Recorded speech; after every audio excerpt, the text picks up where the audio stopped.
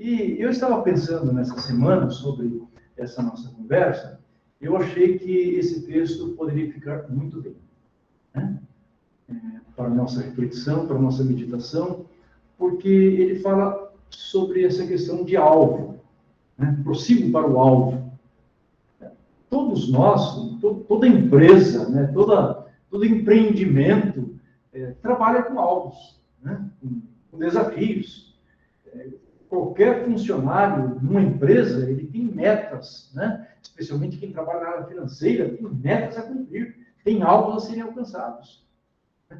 Todos nós, de uma certa forma, temos algum alvo na nossa vida. E agora, no comecinho do ano, a gente ficou aí pensando nos alvos para esse tempo novo, não é mesmo? É lógico que para Deus tempo não existe, Deus é eterno, né? Não tem começo, não tem fim. Mas para nós, como é importante esses fatiamentos do tempo, porque eles nos permitem rever, retomar, reiniciar, né, as demandas da nossa vida. E esse texto, deixa eu só marcar aqui para eu não me perder muito com o tempo, né? Porque tem um relógio ali, né? É verdade, tem um relógio ali na minha cara. Bom, então,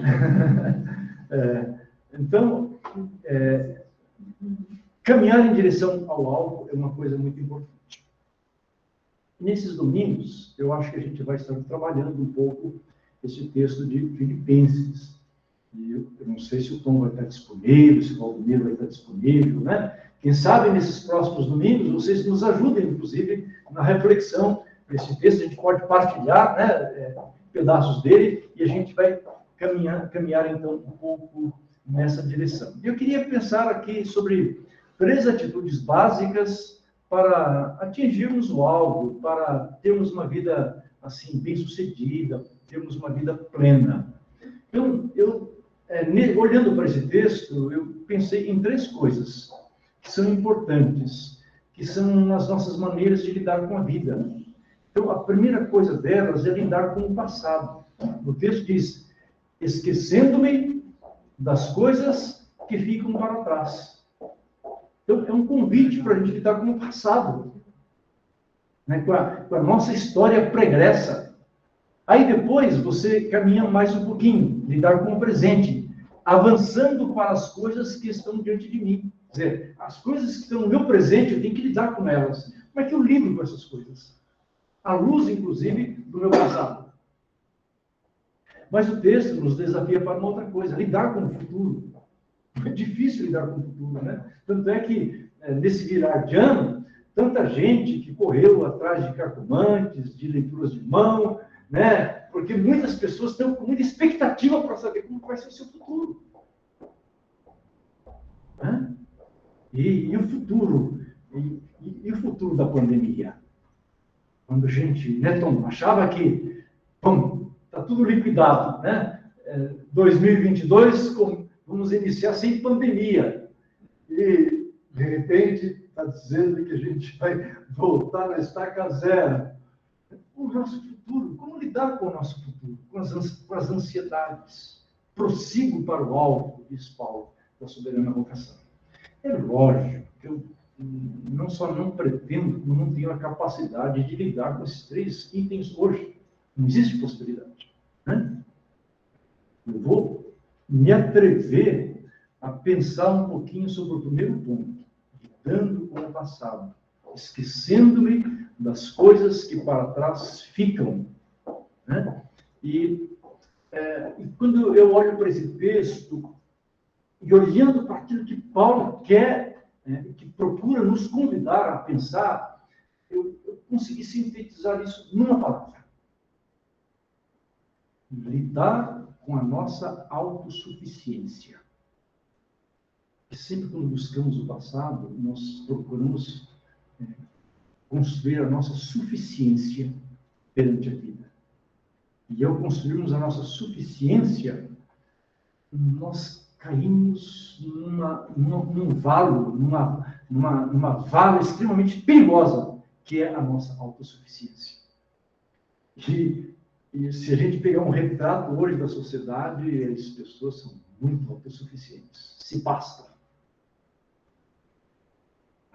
Então, a gente precisa lidar com esse aspecto do passado, né, da nossa autossuficiência. E Paulo, nesse texto, está nos convidando para isso. Vocês vão perceber por quê. Né?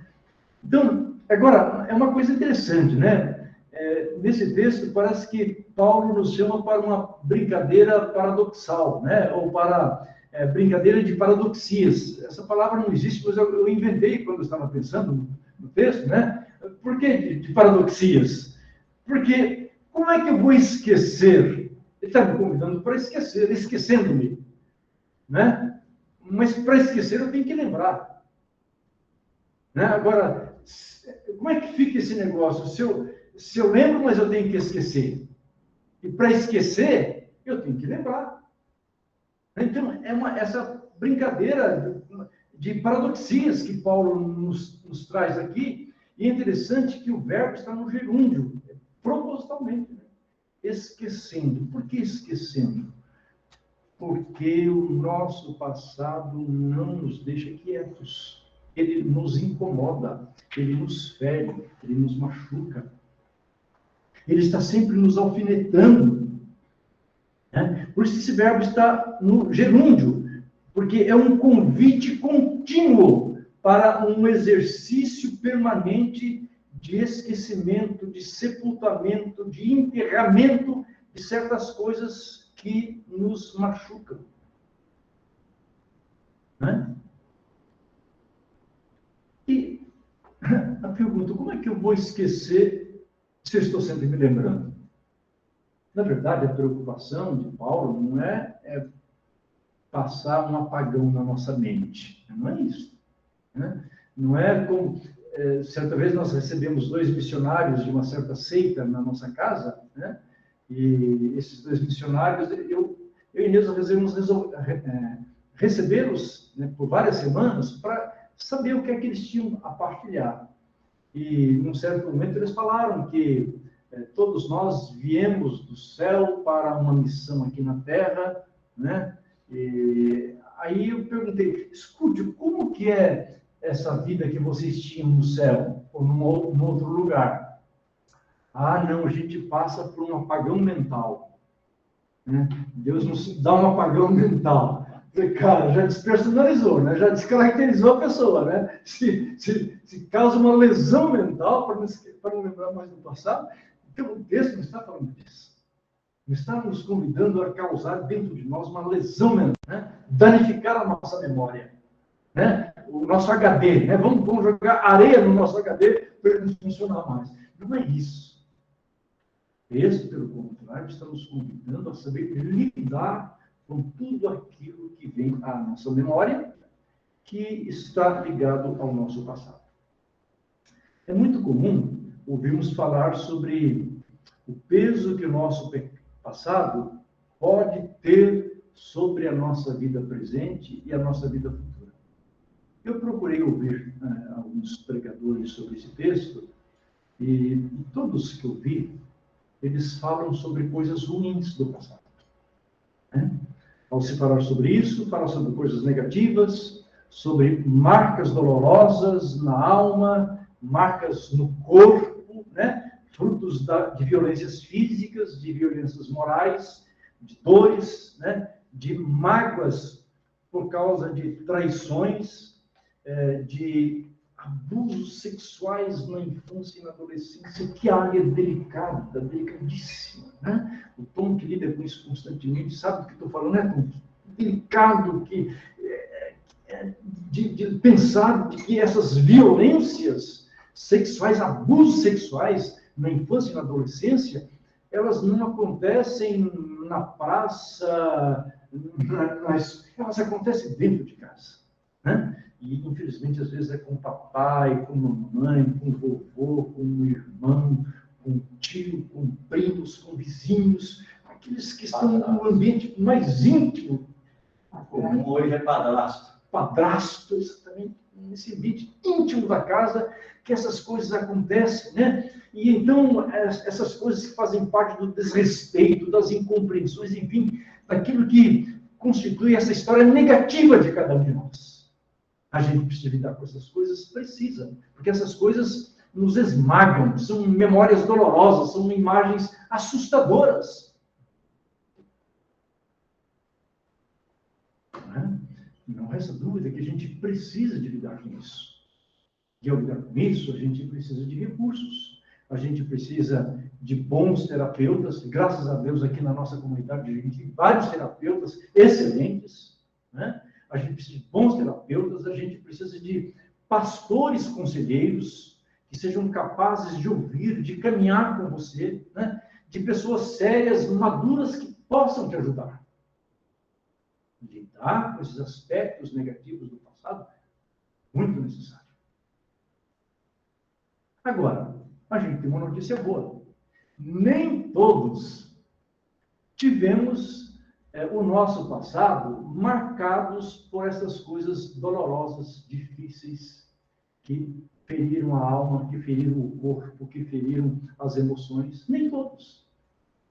É bem possível que muitos de nós aqui, e aqueles que estão participando virtualmente do nosso culto, é possível que muitos tenham tido um passado, uma infância, uma adolescência vivida de forma muito gostosa, serena, tranquila, harmoniosa no convívio com os pais e com a família. Por isso, Paulo nos chama a atenção para tratarmos de uma coisa do passado que atinge a todos. Atinge a todos. Ninguém escapa. Então, esse convite que a gente tem aqui e que Paulo nos chama a atenção, nos fala, é uma questão que atinge a todos nós aqui que estamos presentes. Nenhum de vocês escapa. Aqueles que estão na sala virtual também são afetados por isso.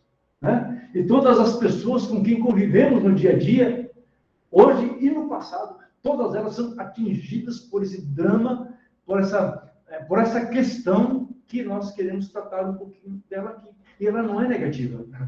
Por isso que ela é perigosa. Exatamente porque ela não é negativa. Mas ela é astuta. Ela é sutil.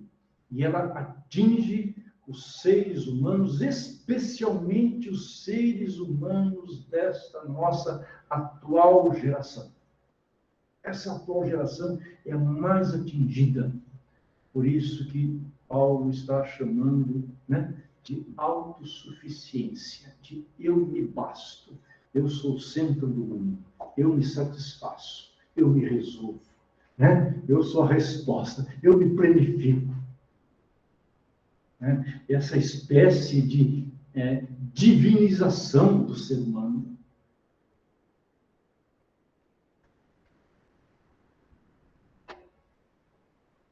E então, Paulo está dizendo, eu prossigo para o alvo, mas eu tenho que tratar das coisas do passado que eu tenho que esquecer. E ele está falando exatamente desse aspecto positivo. Se considerarmos que nós estamos em busca do nosso alvo, né, da nossa suficiência, né, do nosso bem-estar, da nossa plenitude, planificação, então nós temos que lidar com esse drama sutil que nos afeta. No versículo 1 deste capítulo 3, desta carta de Paulo aos Filipenses, também chamada Carta da Alegria, é bem paradoxal, porque Paulo está vivendo na tensão da sua própria morte, mas ele fala para a gente se alegrar. Né? É uma ênfase constante na alegria. E quando ele fala sobre essa questão, ele diz, gente, não se esqueçam. Versículo 1, não se esqueçam. Eu quero trazer para vocês isso que eu tenho falado insistentemente. Não se esqueçam o motivo, a causa de toda alegria. E nós devemos cultivar este fato da razão da nossa alegria. E a razão é exatamente o fato de que, por sermos incapazes de nos autorrealizarmos, nós somos aceitos incondicionalmente em Jesus. Então, Jesus é a garantia da nossa suficiência, a garantia da nossa alegria. Então, Paulo está dizendo para a gente não esquecer disso. Ele vai dizer por quê. Né? Porque no versículo 2, ele já começa fazendo uma advertência. Ele fala, cuidado com os cães. Puxa, mas como? Bom, para uma sociedade que tem cuidado com os cães, fala para a gente cuidar. Mas não é para cuidar dos cães. Né? Pelo contrário, ele está dizendo, olha, tenha cuidado, fique longe dos cães. Né? Olhem para a ameaça dos cães. E é interessante que ele liga os cães aos mestres, aos professores. Tenham cuidado com os professores, tenham cuidado com os líderes, tenham cuidado com os pastores, porque professor, obreiro, pastor, psicólogo, é gente boa, mas nem todos são bons. Inclusive, este versículo é uma advertência para essa meninada que está chegando para a universidade. Né? A universidade, especialmente a Unicamp, é um berço da sabedoria, não é mesmo? A Unicamp é a casa da ciência, né? É um painel de arte e beleza, mas nem tudo que aqui se produz é realmente bom. Nem todo mestre é um bom mestre. Isso a exortação de Paulo. Cuidado com os cães. Com os cães que podem estar na frente das suas classes. Cuidado com os mestres da autossuficiência. Aqueles mestres que tentam construir em você de autossuficiência, de divindade, de eu tudo sei, tudo posso. Né? Isso é um perigo delicado, é uma influência negativa. E aqui, nesse nosso caso, Paulo fala de mestres que destacam, que alimentam a construção da autossuficiência como a suficiência para as demandas do coração humano, ou seja, a autossuficiência é a resposta para todos os gritos e reclamos do coração humano. Mas temos que perguntar, a autossuficiência não é boa? A autossuficiência não produz em nós uma espécie de segurança, de equilíbrio nas relações e nas demandas com a vida? A autossuficiência não produz em nós uma espécie de equilíbrio emocional nas relações com as pessoas? É boa? É boa. Não é boa? Não é boa, Tom? Não é boa. Tem um grau de satisfação. Tudo isso é verdade. Mas ela contém um perigo que nos diz respeito à ameaça, à busca do nosso alvo, do nosso propósito fundamental como pessoas criadas por Deus e que têm um propósito na existência. A autossuficiência ameaça o nosso propósito como pessoas criadas por Deus.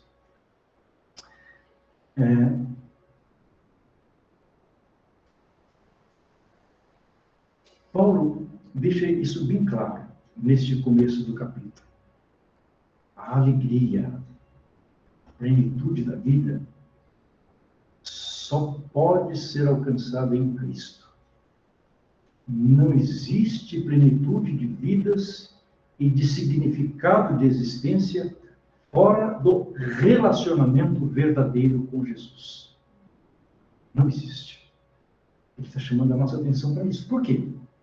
Porque, segundo os mestres, aqueles cães, aqueles professores que o sucederam lá em Filipos, né, ele está dizendo que se alguém quisesse se salvar, se alguém quisesse se planificar, essas pessoas teriam que acumular méritos inumeráveis das suas obras, das suas atividades perante Deus. É como que se ele abrisse uma conta bancária com Deus, né? E ele fosse, então, ali depositando ações, atividades. Então, ele tinha uma conta corrente.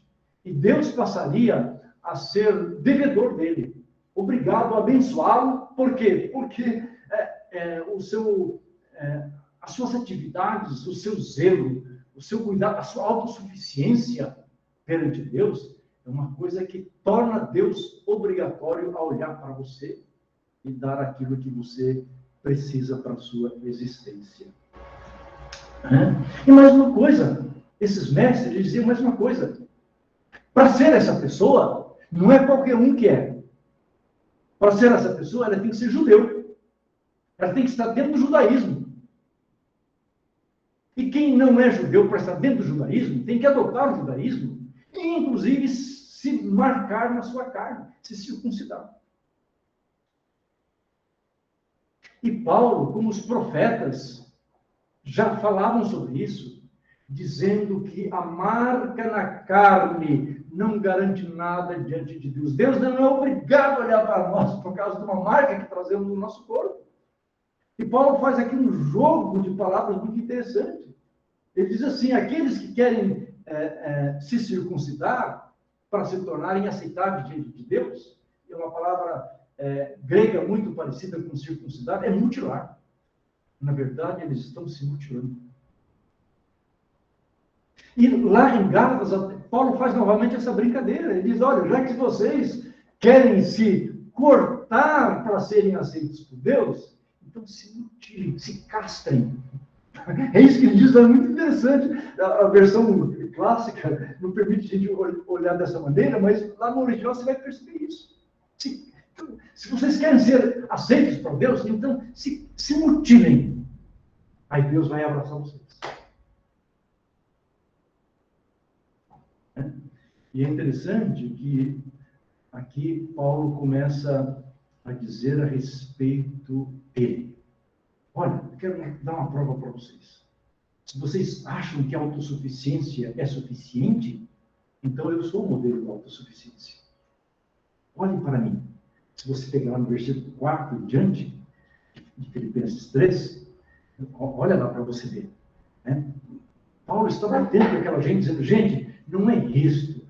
Não precisa virar judeu, não precisa se mutilar, não precisa fazer boas obras, não precisa seguir as leis, você não precisa ser bacana para ser aceito por Deus.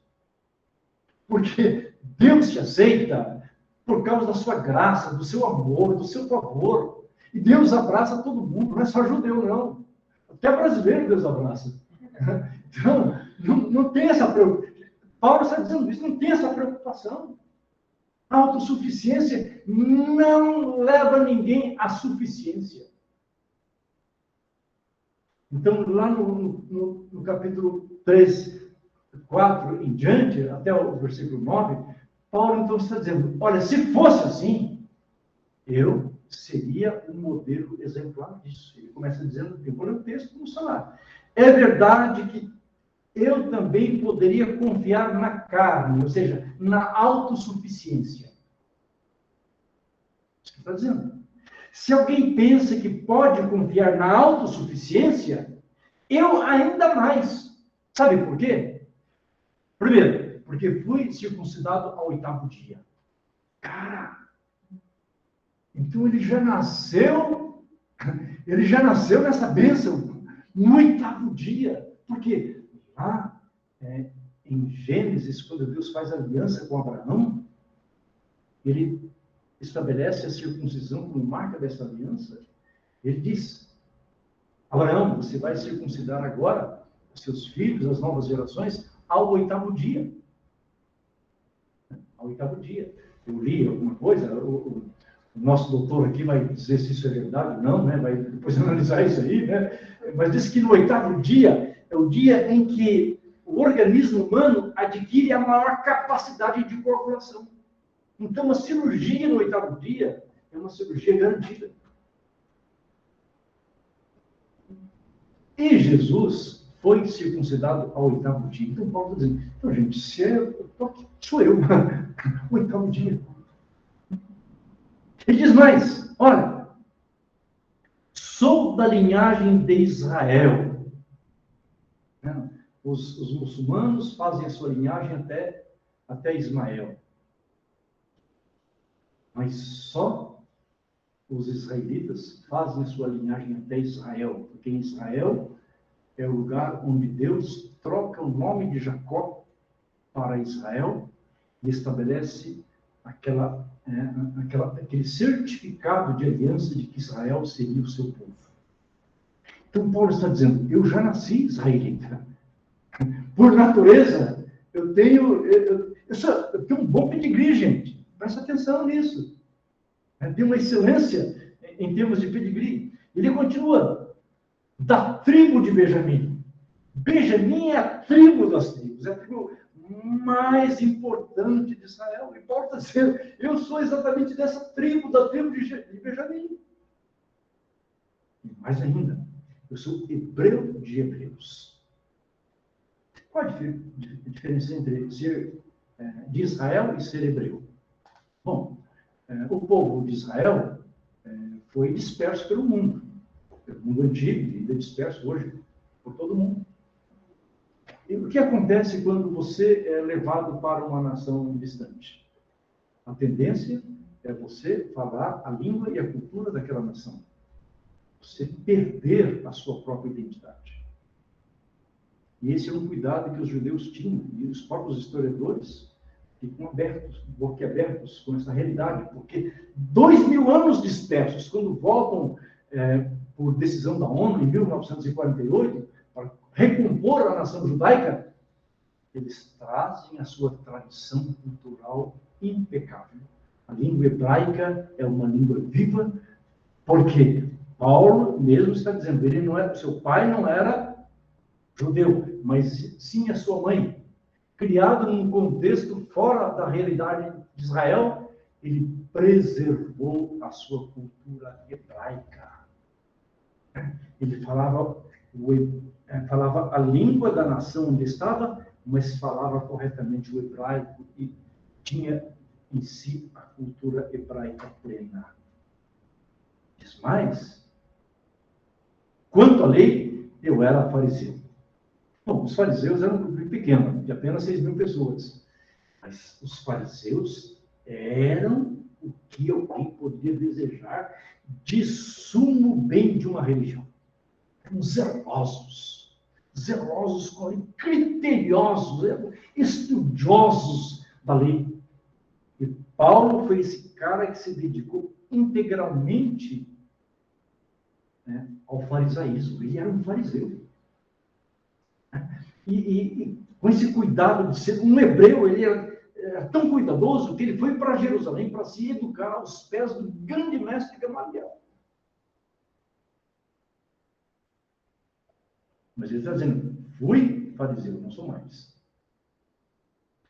Aí, Paulo fala de coisas que ele fez não por causa da natureza. Ele fala de coisas de sua decisão. Quanto ao zelo, perseguidor da igreja. O que um judeu não podia suportar é que as suas leis fossem ameaçadas. E Paulo, como fariseu, ele se tornou um perseguidor da igreja. Ele ia para prender, para matar. O primeiro mártir cristão teve o seu voto, teve a sua participação. E Paulo era este homem que optou, regido por essa ideologia do farisaísmo, e as ideologias são perigosas, inclusive da esquerda e da direita, são perigosas como ideologias. Elas tendem a levar as pessoas a agir desta maneira, com radicalismo, e Paulo era radical, ele foi perseguidor dos discípulos de Jesus. E ele está dizendo, quanto à justiça que há na lei, eu era um cara irrepreensível. Bom, está aqui um modelo de autossuficiência. Agora, o que é que Paulo faz com essa autossuficiência? Versículo seguinte. Mas o que para mim era lucro, isto considerei perda por causa de Cristo. Ou seja, isso não tem mais sentido. Por quê? Porque eu alcancei alguma coisa tão mais sublime, tão mais extraordinária, que não me custa nada. Então, para mim, isso é uma perda. Olha, diz mais do que perda. Diz, na verdade, considero tudo como perda por causa da sublimidade do conhecimento de Cristo Jesus, meu Senhor. Por causa dele, perdi todas as coisas e as considero como lixo. Se você for ver umas traduções mais antigas, desculpa a expressão, merda. Deus. Considero um esterco, uma coisa suja. Aquilo que os mestres, que os cães estavam dizendo, olha, este é o modelo, Paulo falou assim, gente, isso não se compara com Deus, não se compara com a graça, não se compara com a misericórdia. Por isso, esqueçam, tratem desse desejo de ser autossuficiente, uma coisa imprestável perante a realização da vida. E para lidarmos com o nosso presente e para nós projetarmos o nosso futuro, nós precisamos de considerar o nosso passado. A nossa construção humana, do que temos sido feitos, de como temos construído nossa cultura emocional e espiritual. Então temos que lidar com a nossa realidade. Temos que lidar com tudo aquilo que nos tem acontecido e tem se tornado um maléfico, tem se tornado peso, tem se tornado motivo de lamento. Temos que lidar com as coisas negativas, com os males da alma, temos que desenvolver atitudes gerúndias de esquecimento, ou seja, esquecer sempre, né? Anular sempre aquelas coisas que nos perturbam, né? Torná-las incapazes de nos ferir. Precisamos de nos lembrar sempre de perdoar, de nos lembrar sempre de não nos dirigirmos asfixiados pelo retrovisor da nossa vida. O que acontece quando alguém dirige a sua vida só pelo retrovisor?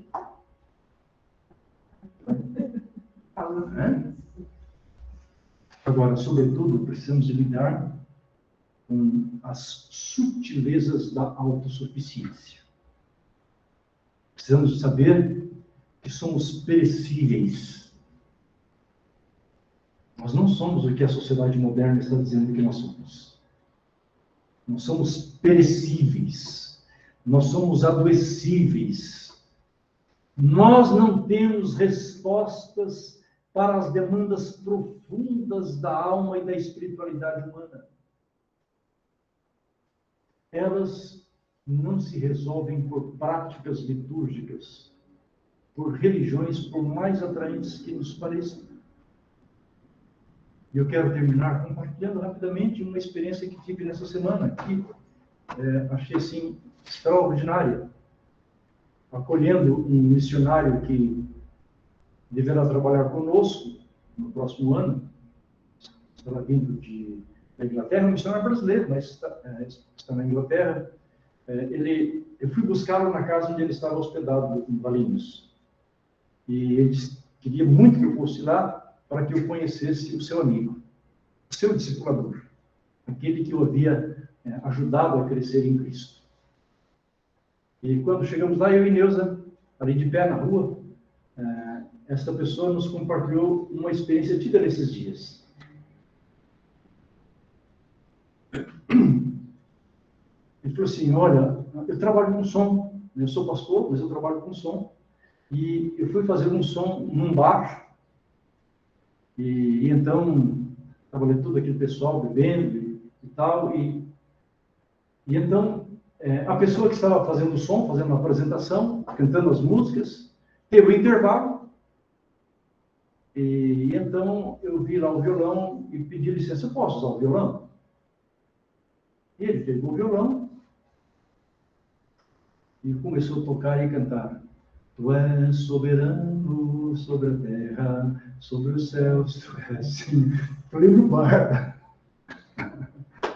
Aí, quando ele acabou de cantar, alguém disse, mas o que é isso? Isso é música para bar? É disso que nós estamos precisando, não dessas porcarias que são cantadas aqui.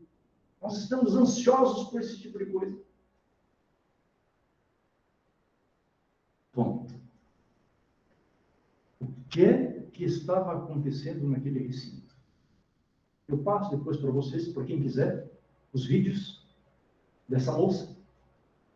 E os temas dos seus vídeos são 20 anos do kardecismo ao satanismo.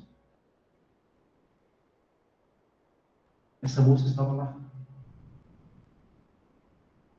E essa moça gastou 20 anos, gastou toda a grana, todas as suas empresas. Vocês vão ver no vídeo. Ela conta essa história. Por onde ela transitou, por onde ela trafegou, para os polões mais baixos do satanismo. Da Umbanda, do Santo Daime. Ela transitou por todas as coisas, tornou-se médium, lidou com tudo isso, mas a sua vida estava destruída. E, inclusive, destruiu seus relacionamentos. E ela estava saindo de casa arrasada. Quando ela estava saindo, um vendedor de jogos. Sabe aquele vendedor de jogos? Que passa no rua, vendendo jogos? 30 ovos por R$18. 30 ovos por R$18. Aquele vendedor de ovos olhou para ela e falou assim: nossa, você não está bem, né? Ela falou: não estou. Posso orar com você? Não, ela já tinha experimentado tudo na vida. Ele disse: pode. Ele fez uma oração com ela. Depois ele disse: por que você não aceita Jesus? Eu falei: eu aceito. Sabe a pessoa desolada, arrebentada? Pois bem, essa pessoa estava lá no barco. O segundo toque de Jesus. E então ela procurou, e você vai ouvir no vídeo, quando ela falou Eli, é exatamente o cantador da Bíblia. Ela se batizou agora no dia 13 de agosto. Eu não sei se é 13 de agosto, agora em agosto. Vejam lá, graça.